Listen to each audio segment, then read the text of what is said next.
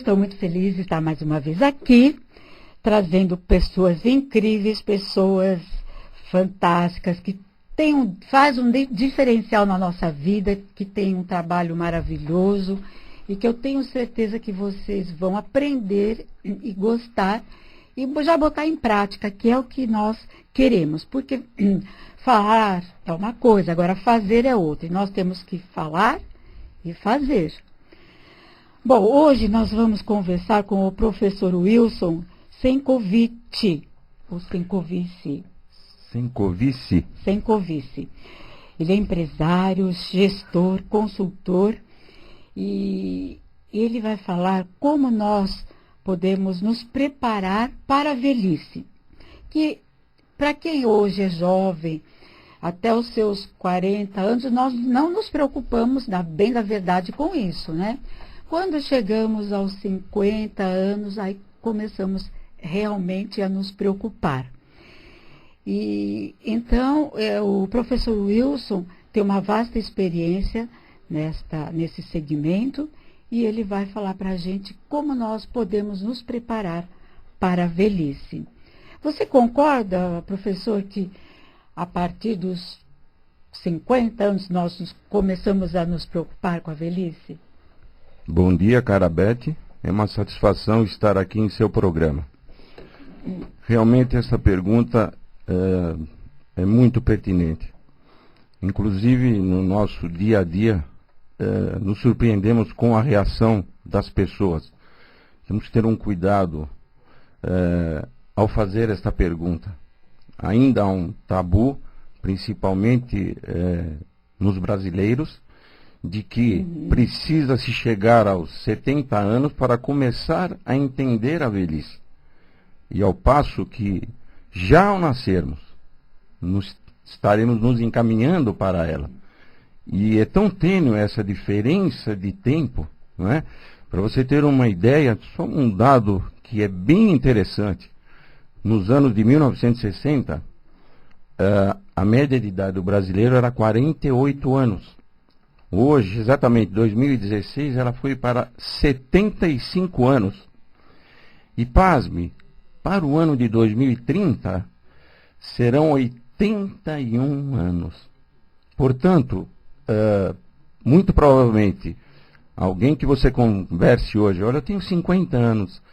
Você já pensou que você vai chegar aos 100, 110 anos com a evolução da genética? Sem dúvida.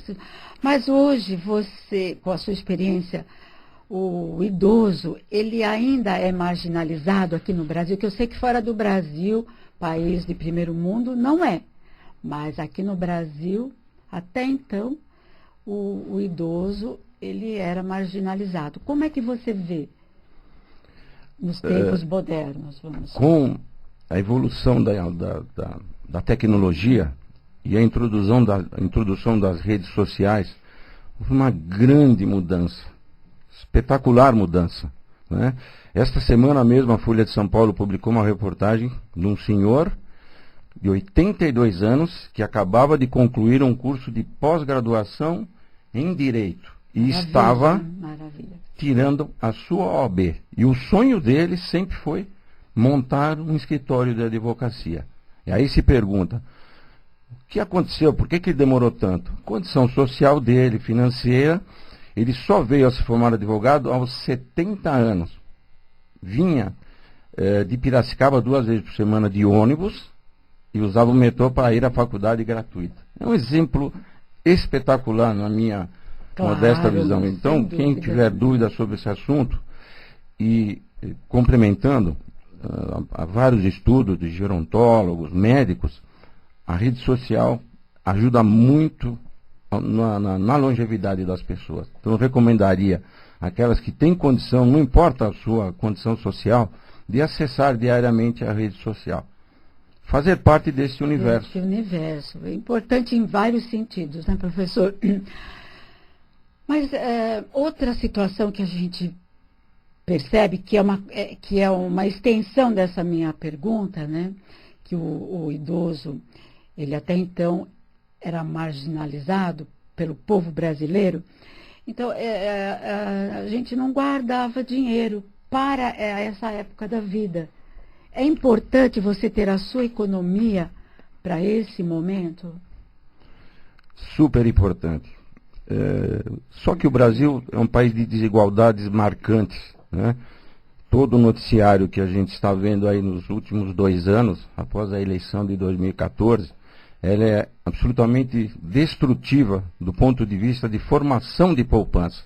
Estamos com um número de desempregados enorme, e o idoso, por sua vez, com uma aposentadoria em valores pequenos em relação daquilo que se ganhava, é obrigado a voltar ao mercado de trabalho. Sobre que condição? Óbvio, vai ganhar menos do que ele ganhava, mas tem que somar a sua aposentadoria. Ora, se ele não fez uma poupança lá atrás, ele não tem como suprir, então ele é obrigado a voltar ao mercado de trabalho. E como fica? Hoje os empresários estão com essa consciência de colocar pessoas de mais idade dentro do mercado de trabalho, ou ainda eles preferem jovens? Há uma certa concorrência, não é? Nós diríamos assim, poxa, o idoso está ocupando o lugar de um jovem. Só que as empresas, de modo geral, eu em particular, eu tenho vários empregados já há muitos anos, acima de 60 anos. Por quê? Ele tem experiência, não é? E tem uma história para contar. Mas tem responsabilidade. E tem responsabilidade. Não é? Esse é o ponto mais importante. E pode transmitir isso ao mais jovem. Então aí a junção da juventude com a experiência cria uma expectativa melhor dentro das empresas. Então, mas você é uma exceção ou como é que você vê esse mercado de trabalho para o idoso? Está mais aberto? Hoje os empresários estão com essa visão? Ou é você uma exceção? Não, tem outras exceções, mas ainda são exceções. Não podemos generalizar. Olha, então vou citar uma determinada rede de supermercado que usa determinado tipo de mão de obra, mas para que atividade? Né? Então há uma restrição. Infelizmente não temos como evitar isso. Por um lado você tem o idoso tendo necessidade de voltar a trabalhar porque a renda dele é insuficiente. Claro, claro. E isso, não tem uma expectativa de quanto vai durar. Porque quanto mais eu viver, eu vou ter que continuar a trabalhar. Porque a minha aposentadoria, ela vai sendo corroída pela inflação. Esse é um círculo vicioso que eu chamo. Não temos dados ainda para mensurar como vai ficar. É claro que se esta pessoa, quando jovem, foi um engenheiro com 70 anos, 75 anos, dificilmente ele vai encontrar um trabalho dentro da sua área. Ele vai se submeter a um trabalho que necessite de menos qualificações. Mesmo porque, se ele parou, vamos supor, já há algum tempo, ele está desatualizado. E, muito provavelmente, ele também não tem vontade de atuar ou ter aquela responsabilidade que ele tinha no passado. Então, há uma readaptação. Esse eu acho o maior desafio para o ouvinte que está nos presenciando com a sua audiência, estar nessa faixa etária, não encarar isso como um desafio. Olha, eu sou engenheiro e vou achar um demérito, eu vou trabalhar como assistente em alguma coisa. A sua experiência, ela é insubstituível. Eu acho que esse é o talento que a pessoa tem, que ela jamais perderá. Que ninguém vai tirar, né? E ninguém vai tirar. Isso mesmo. Professor, vamos falar um pouquinho agora de um assunto um tanto polêmico, que são os planos de saúde. Então, hoje os planos de saúde estão também numa fase um tanto crítica. É importante, na minha opinião, como você fala, na minha modesta opinião, é importante. Mas como que esta pessoa, esse idoso, não se preparou para a velhice? E o que fazer? Ele vai ficar enfrentando a fila do SUS, vai se submeter? Ou existe uma outra alternativa que nós não estamos sabendo? Ainda não tem, Beth. Eu atuo, infelizmente, eu atuo no mercado de idosos já há com uma casa de repouso há cerca de 10 anos. E o que a gente vê, lamentavelmente, é uma insuficiência em todo o segmento. Não existe um plano preventivo, né? E o Brasil não estava preparado para esta longevidade.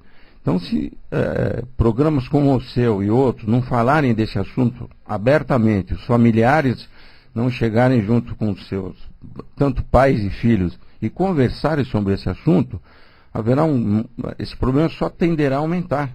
Esse assunto tem que ser aberto. Não é? Claro, claro. Porque a velhice faz parte do contexto atual. E os números são, assim, magníficos do ponto de vista de quantidade, mas quem vai cuidar? Não temos planos, nenhum. Porque começam a aparecer, claro, né, os probleminhas de saúde, e dali para frente, né, você vai perdendo energia, vai ficando um pouco mais, vamos dizer assim, menos ativo, precisando de cuidados médicos mesmo. E aí nós não temos muito o que fazer. Nesse momento, é o preço da longevidade. Né? Assim, do ponto de vista econômico, Sim. Os grupos que deveriam cuidar desse assunto, assim, na prática, eles não têm muito interesse. Né? Porque a faixa de risco, quando você passa dos 70 anos, aumenta dentro do negócio. Então, para eles é um negócio. Quando deveria ser o contrário. Né? A gente devia ter um plano preventivo. Né? Eu estou trabalhando nesse assunto já há algum tempo com meus sócios e a gente espera ter sucesso na implantação de um primeiro plano preventivo para o idoso. Há muita resistência ainda, inclusive daqueles que a gente consulta. Mas ele deveria, como seria esse plano? Ele deveria começar a pagar esse plano enquanto é jovem, é isso? Exatamente. Seria semelhante a um plano de saúde, mas com outra característica. Né? Ele teria uma idade limite, ou idade básica de entrada, porque o Estatuto do Idoso só permite que você possa prestar serviço à pessoa a partir de 60 anos. Aliás, tendo em vista essa longevidade, acredito que até vamos mexer neste piso de idade.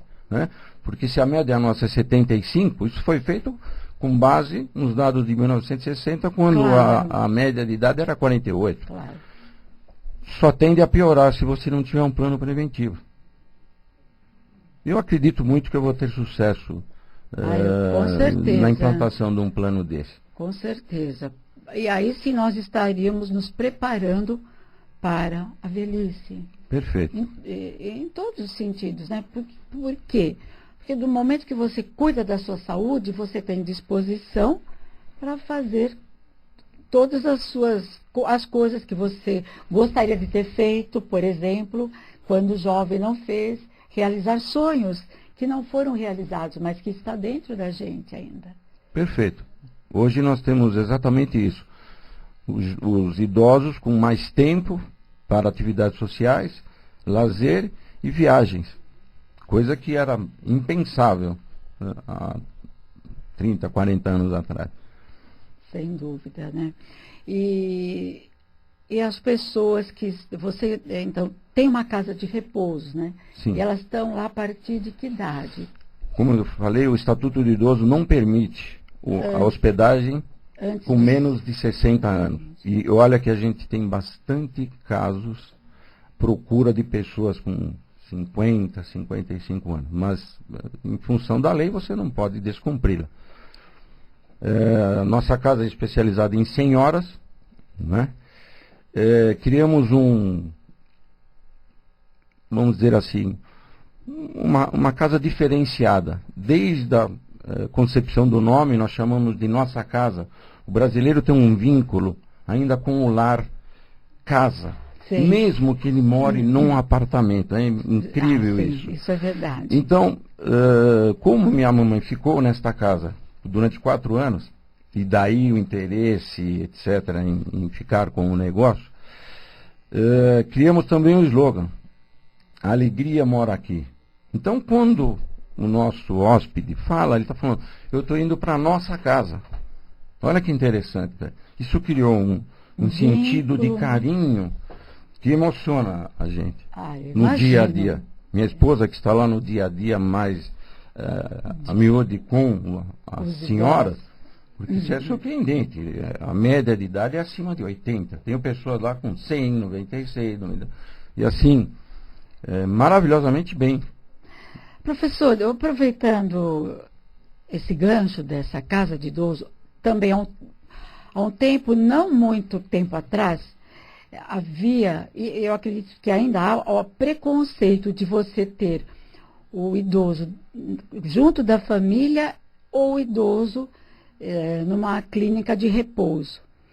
Isso está mudando, esse preconceito, né? Porque dizia assim, como é uma maldade colocar o idoso chamava asilo, e hoje nem se usa mais essa palavra asilo, né? É uma casa de repouso. E existia, e ainda claro que existe preconceito sobre isso. E qual a vantagem e as desvantagens de você colocar o idoso numa casa de repouso?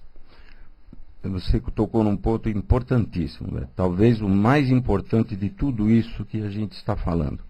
Né? Há uma palavra chamada emocional. Né? Há uma cumplicidade intrínseca entre o familiar e o idoso.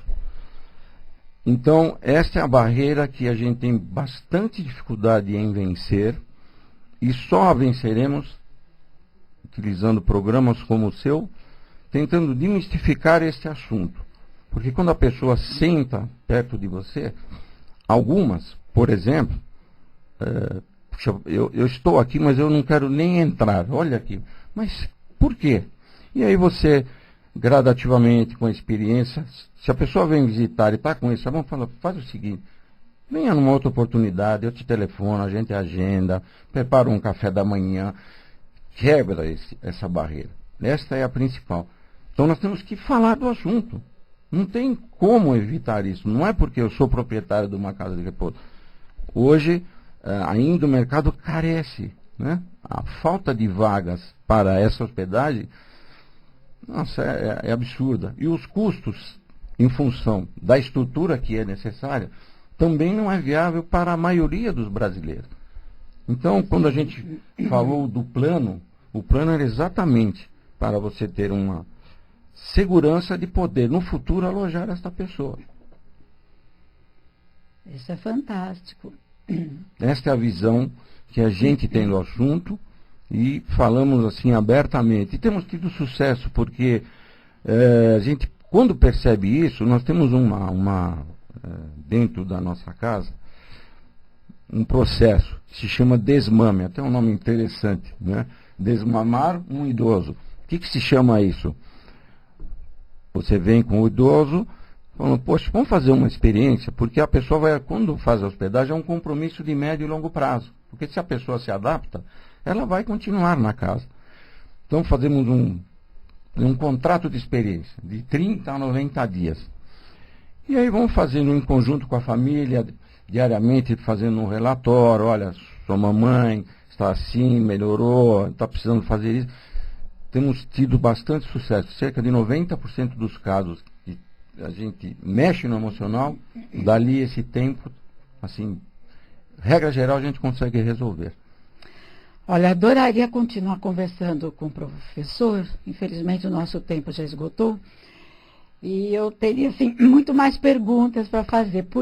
Mas dentro desse conceito da casa de idoso, desse preconceito que existe em colocar o idoso numa casa de repouso ou a família. A gente vai voltar uma próxima oportunidade a falar sobre isso. Eu gostaria que você deixasse um contato, por favor. Eu que agradeço esse encontro, Beth. A nossa casa fica no bairro da Vila Mariana, na rua Ouvidor Peleja 126, bem próximo ao metrô Santa Cruz. Telefone 2275-2516.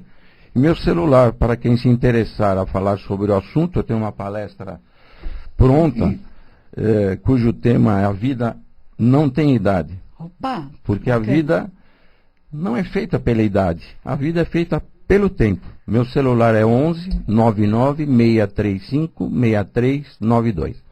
Muitíssimo obrigada, professor. E até uma próxima oportunidade. Quero Muito obrigado, que você caros volte ouvintes. aqui para a gente continuar esse bate-papo, tá certo?